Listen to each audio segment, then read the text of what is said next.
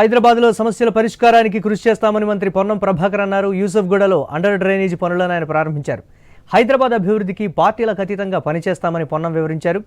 రానున్న కాలంలో నగరంలో తాగునీటి సమస్యపై కేంద్ర మంత్రి కిషన్ రెడ్డితో చర్చిస్తామని తెలిపారు.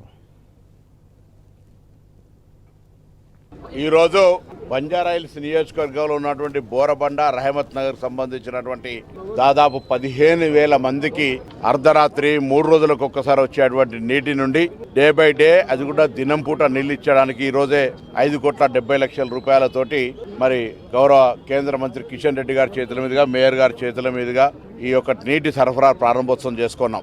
అయితే గతంలో 8 లక్షల కనెక్షన్లు ఉంటే ఇప్పుడు ఈ 10 సంవత్సరాలు 11 సంవత్సరాల్లో 13,80,000 కనెక్షన్లకు పెరిగినాయి.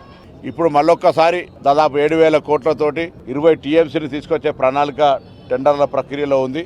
ముఖ్యంగా త్రాగునీటికి సంబంధించి కానీ హైదరాబాద్ ప్రజలకు సంబంధించిన కొంత ఇన్ఫ్రాస్ట్రక్చర్ ఇష్యూ లోపల మరి కేంద్ర ప్రభుత్వ సహకారం కూడా కావాల్సిన అవసరం ఉందని సందర్భంగా